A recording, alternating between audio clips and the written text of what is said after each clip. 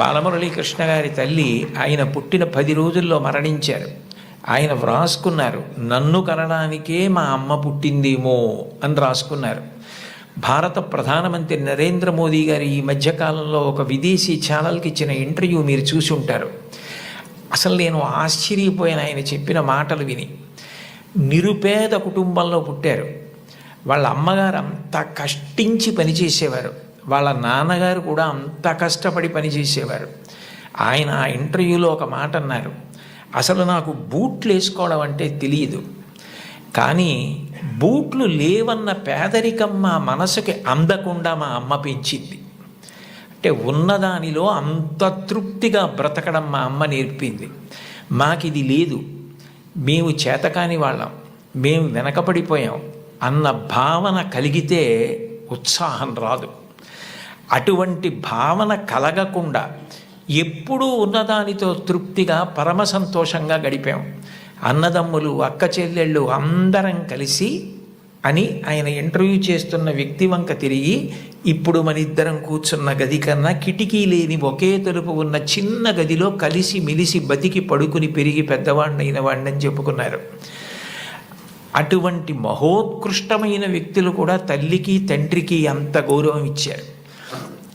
సందర్భం కాబట్టి ప్రస్తావిస్తున్నాను.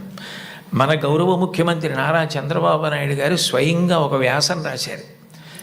తల్లికి జేజే, తండ్రికి జేజే, గురువుకు జేజే అని ఒక పుస్తకం ఉంది.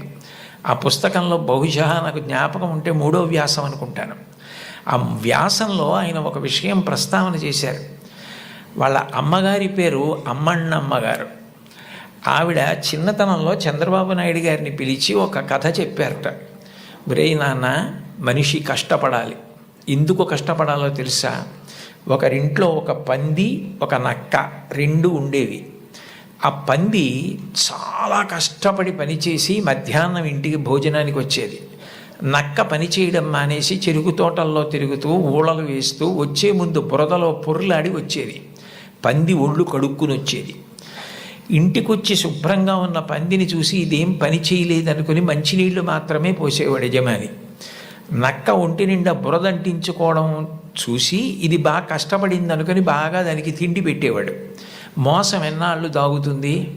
కొన్నాళ్ళకి ఎవరు కష్టపడుతున్నారో తెలిసిపోయింది.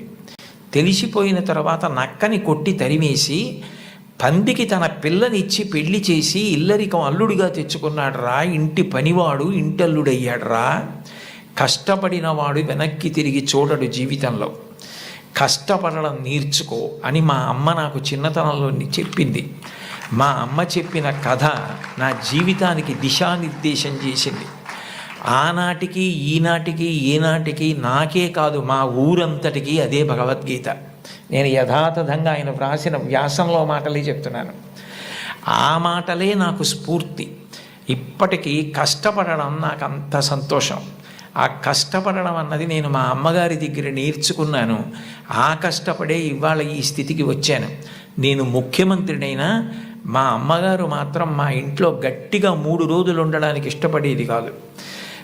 మళ్ళీ వెళ్ళిపోయి ఆ నారావారి పల్లెలో తెల్లవారి 5 గంటలకి లేచి గొడ్డు గోద పొలము పనులు అవి చేసుకోవడం, ఆ కష్టపడ్డము ఆవిడికి ఎంత సంతోషము అని అమ్మగారి ప్రేరణతో తాను ఎంత వృద్ధిలోకి వచ్చారో వ్రాసుకున్నారు. నేను ఏదో 4-5 విషయాలు మాత్రమే ప్రస్తావించాను. లోకంలో తల్లిని మించిన దైవం లేదు. మీరు జీవితంలో ఎప్పుడైనా అమ్మ నువ్వేం చేశావని అడిగితే, మీరు అమ్మకి చెప్పలేని స్థితి కలిగితే, మీరు చేసిన పని మీ అమ్మగారికి మీరు చెప్పలేకపోతే అంతకన్నా ఆత్మద్రోహం ఇంకొకటి లేదు. మీరు ఏది చేసినా మీ అమ్మగారికి చెప్పగలగాలి. ఇది నేను మా అమ్మకి చెప్పలేను అన్న పని చెయ్యకండి. మీరు ఒకవేళ తప్పు చేసినా మిమ్మల్ని క్షమించడానికి సిద్ధంగా ఉండే మొదటి వ్యక్తి ఈ ప్రపంచంలో ఎవరైనా ఉంటే అమ్మే. అమ్మకి చెప్పకుండా ఉండకండి. అమ్మ ఒకవేళ మిమ్మల్ని దెబ్బలాడి ఇక పైన ఇట్లా చెయ్యకు అంటే ఇక మళ్ళీ ఆ తప్పు చెయ్యకండి. మీరు పిల్లలు కాబట్టి ఒకసారి చెయ్యొచ్చు ఎప్పుడైనా, కానీ పొరపాటు జరిగినా మీ అమ్మగారికి చెప్పండి, వద్దంటే మాత్రం చేయకండి. బహుశా కుటుంబం దగ్గరే నైతిక విలువలు మొదలవుతాయి. కుటుంబ విలువల గురించి ప్రస్తావన చెయ్యండి అని చెప్పి తన అనుభవంతో ఆయన నాకు సూచన చేయడానికి కారణం అదే అయి ఉంటుంది.